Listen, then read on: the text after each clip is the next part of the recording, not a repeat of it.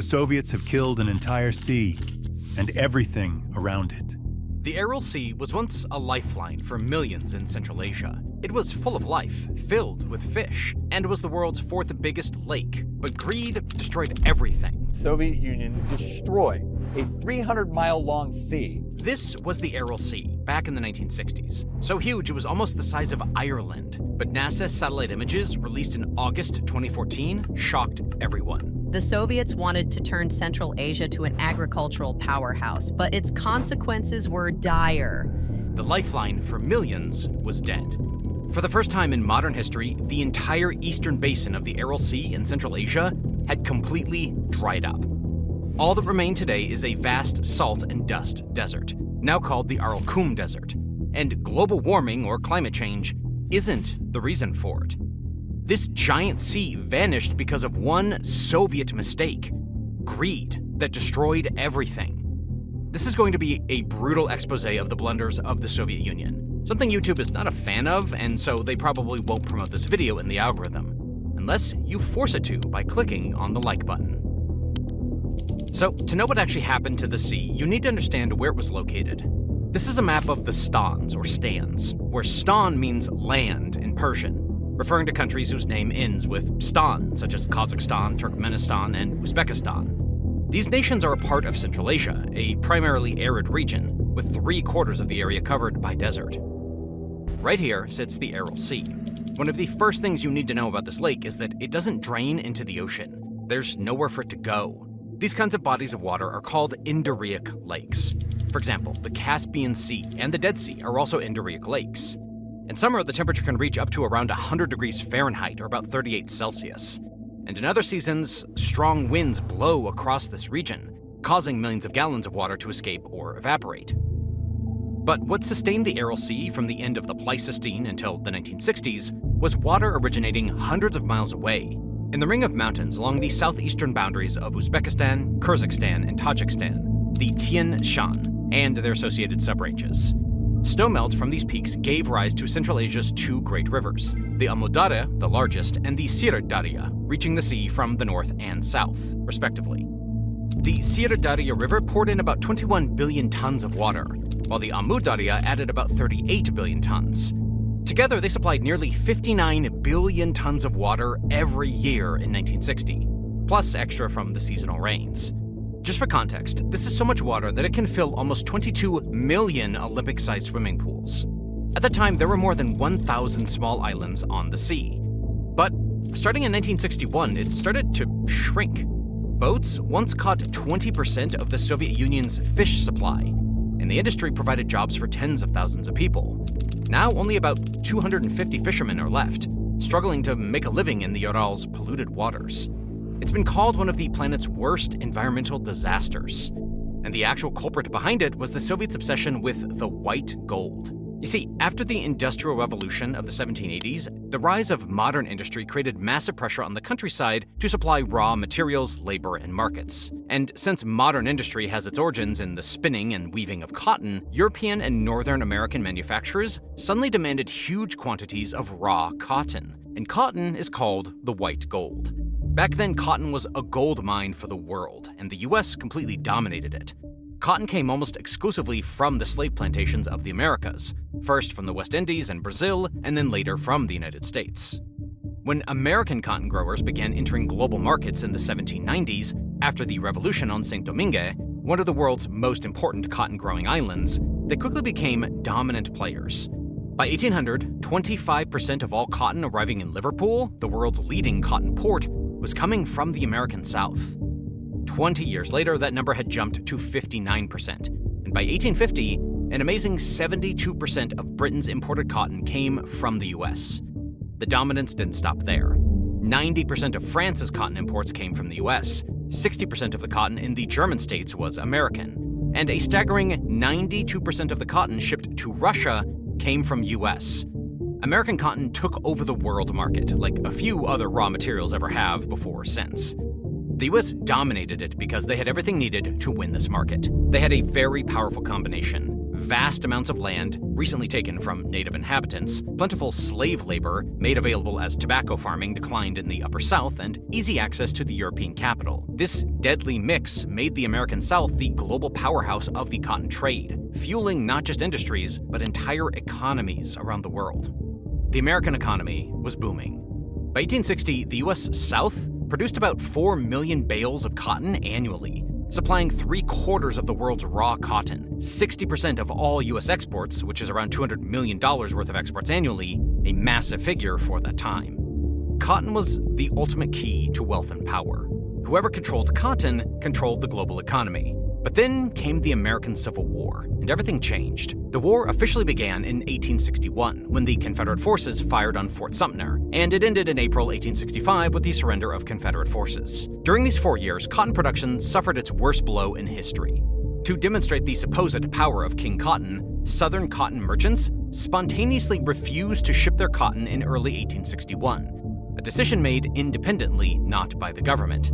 By the summer of 1861, however, the Union Navy had blockaded every major Confederate port, shutting down over 95% of exports. The Confederacy's plan aimed to damage Britain's cotton stockpiles so that Britain would be compelled to support them. However, since British mills already held large reserves of cotton, they suffered no immediate harm from the embargo. In fact, their value of their stockpiles actually increased. For Britain, to intervene would have meant war with the United States, and a cutoff of vital food supplies, as about 1/4 of Britain's food came from the US. Moreover, American warships could have severely damaged British commerce while the Royal Navy was busy convoying cotton ships. The British never believed in the dominance of King Cotton, and they chose not to intervene. The Confederacy tried to restrict cotton exports, hoping to force recognition from European and Asian powers by making them desperate for American cotton.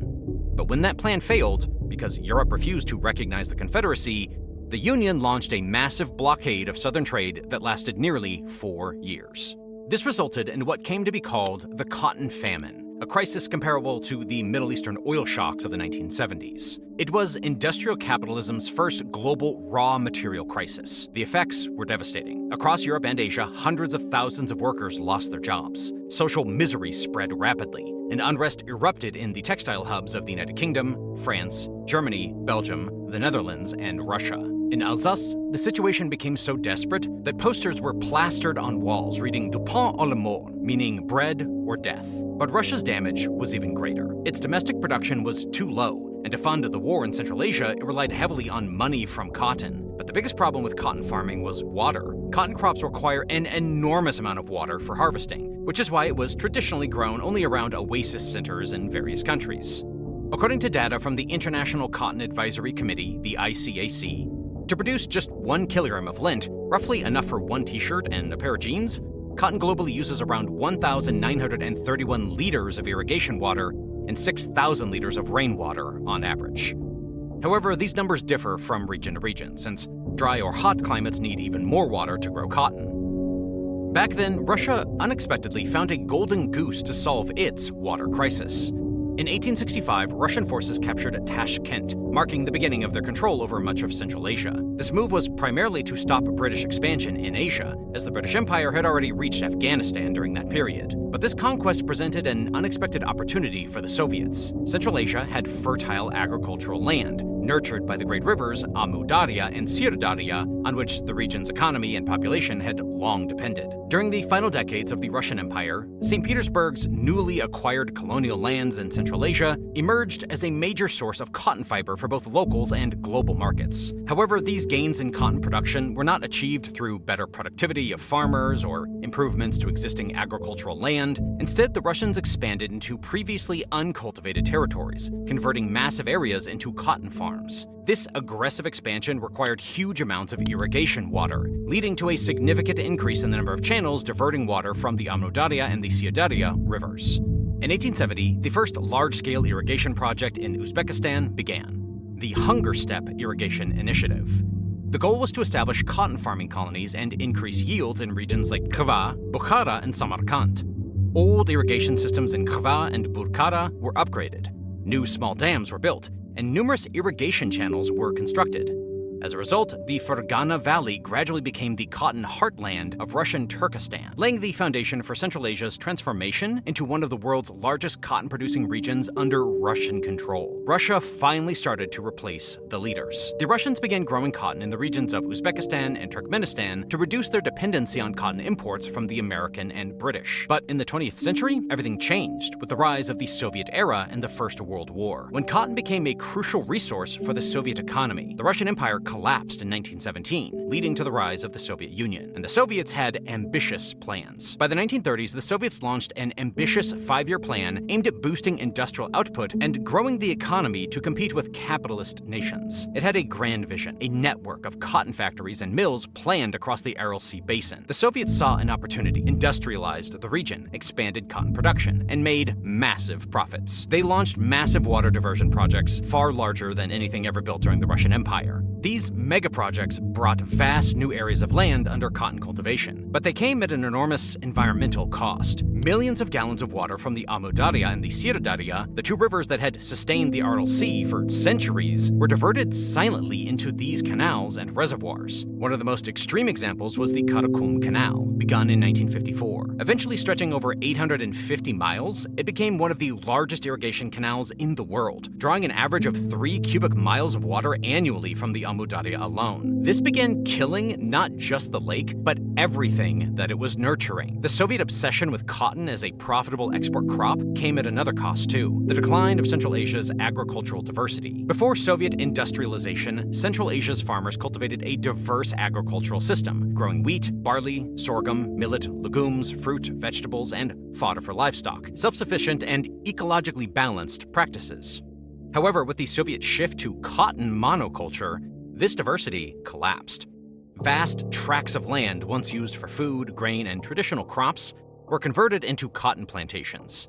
Mass collectivization of agriculture began in the early 1930s, and by 1935, over 80% of farming and herding households had been forced into collective or state farms. The Communist Party's primary goal was to control peasant labor and lives. Collectivization was intended to boost agricultural production through modernized techniques and intensification. But in reality, the USSR's Central Asian republics were burdened with unrealistic production targets for cotton, wheat, and meat. Wealthier herders and peasants who resisted were threatened with arrests and exile. Collectivization proved disastrous, especially for Kazakh nomadic herders, whose livestock number collapsed, leading to a 3-year famine that killed more than 1/4 of Kazakhstan's population. According to the FAO's Global Information and Early Warning System, while rice and wheat production eventually increased in countries like Uzbekistan and Kazakhstan, it remained far below the levels of land allocated for cotton. As a result, these countries today rely heavily on imports to meet their wheat and rice demands. A region once famous for its orchards, vineyards, and grain fields was transformed into a monoculture economy entirely dependent on cotton, setting the stage for one of the greatest environmental disasters in modern history. But somehow, until 1960, the Aral Sea was still visible. Only the yearly water flow had decreased, and if the Soviets wanted, they could have saved it, but instead they chose to make it even worse. In 1960, the surface of the Aral Sea was 175 feet, or 53 meters above sea level, and covered an area of some 26,300 square miles, or 68,000 square kilometers. But the actual destruction of the Aral Sea began in 1961. The cumulative effects of the Soviet drive to expand cotton cultivation became painfully clear that year. Recorded at the discharge stations the Soviet government had installed on the Amu Darya and the Sir Darya rivers, right near where they once emptied into the Aral Sea. At the station on the Amu Darya, located in Timur Bay, in the Uzbek Soviet Socialist Republic, the annual water discharge into the Aral dropped 29.2 cubic kilometers, barely 7 cubic miles. Even worse, at the station on the Sir Darya, located at Kazalinsk in the Kazakh SSR, the recorded discharge was 0. You heard that right. Absolutely no water reached the sea that year. To understand the scale of this disaster, consider this. In 1960, the Sir Darya had delivered 21 cubic kilometers of water to the Aral. Amu Darya contributed 37.8 cubic kilometers, which combined was a total of 58.8 cubic kilometers, a healthy flow sustaining the sea. But in just 1 year, by 1961, the Aral's water supply had plummeted by over 50%. With one small exception in 1969, the annual discharge would never again reach the 1960 levels. not once in the following 3 decades. By 1974, the total river inflow had dropped to just 2 cubic miles.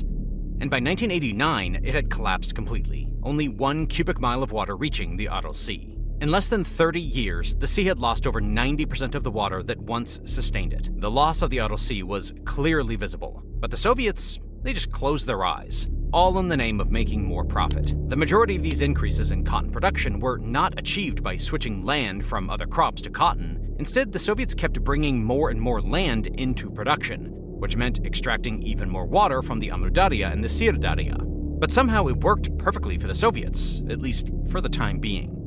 Between 1960 and 1985, the amount of irrigated land in the Uzbek SSR, the Soviet Union's biggest cotton producer, rose by 33%.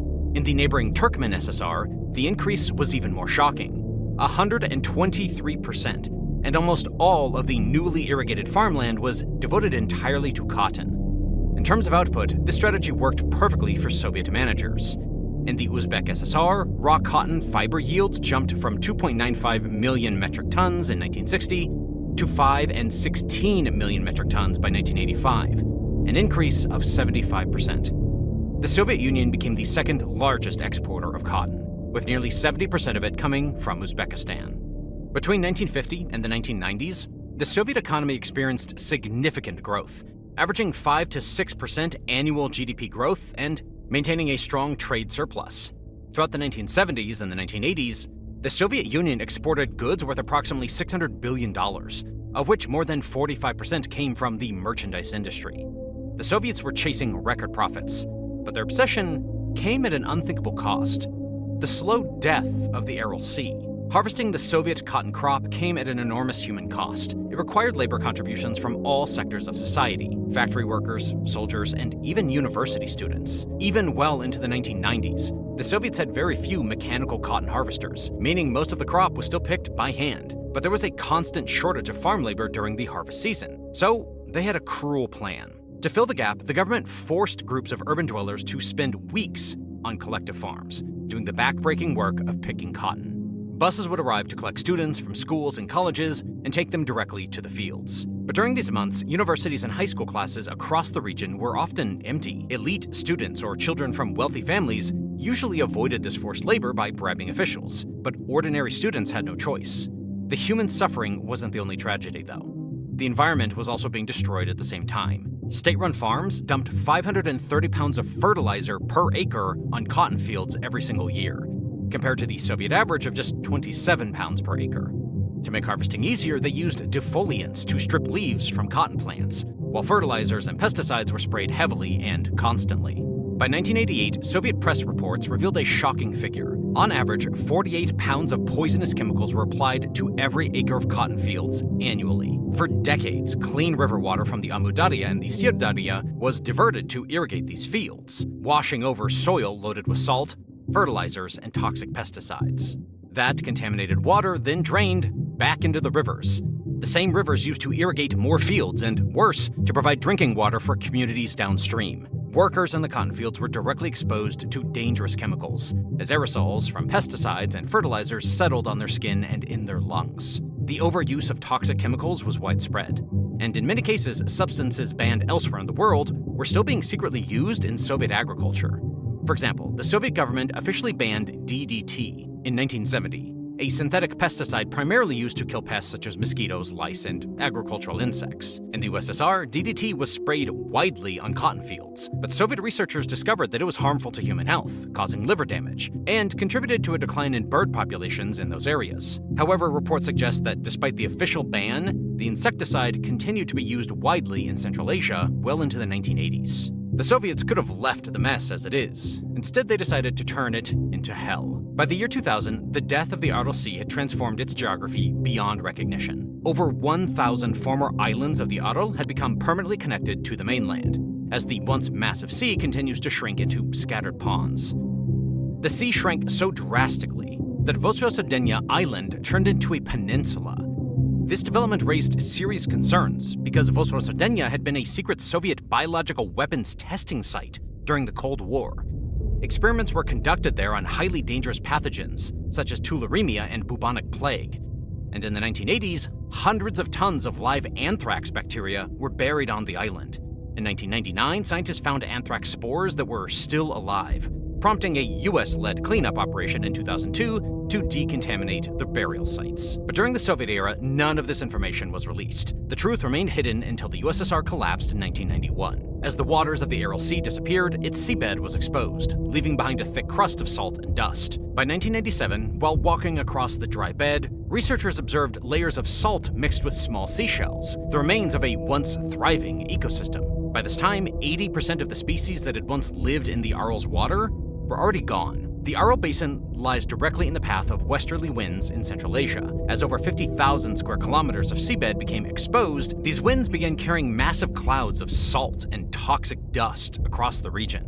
This created frequent salt storms that ravaged Central Asia, traveling hundreds of miles eastward and devastating crops in the Fergana Valley, ironically the hub of Soviet cotton production. Still worse, the dust contained heavy metals, pesticide residue, and other poisonous chemicals. Those who lived through these storms described the experience as being on fire. The salt-filled air burned the sinuses, lungs, and eyes, causing intense pain and long-term health problems. Among the places hit hardest was Muynak, one of the largest cities on the Aral Sea back in the 1960s. At its peak, Muynak was home to nearly 30,000 people and served as a bustling port city, supporting a thriving fishing industry. The town was a major hub for fishing trawlers and hosted numerous fish processing factories, cold storage facilities, and supporting industries. For decades, Muynak's economy revolved entirely around the sea's abundant fisheries. But as the Aral Sea began to vanish, the fish stocks collapsed, and with them, the livelihoods of thousands. Today, Muynak's population has dropped by more than half, with only about 13,500 official residents remaining. The town now sits 150 kilometers, or about 93 miles, away from the nearest remnants of the Aral's waters, a shocking distance for what was once a major coastal city.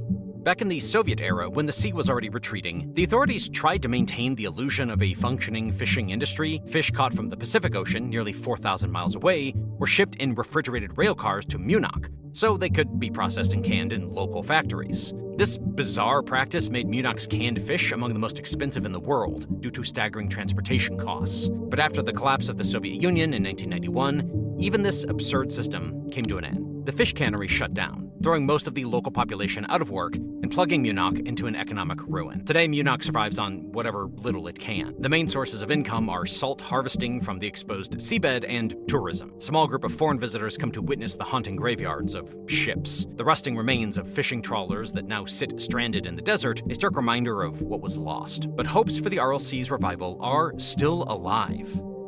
They are saying from all sides, if it can be saved, let it be saved. It's the people's bread that is affected.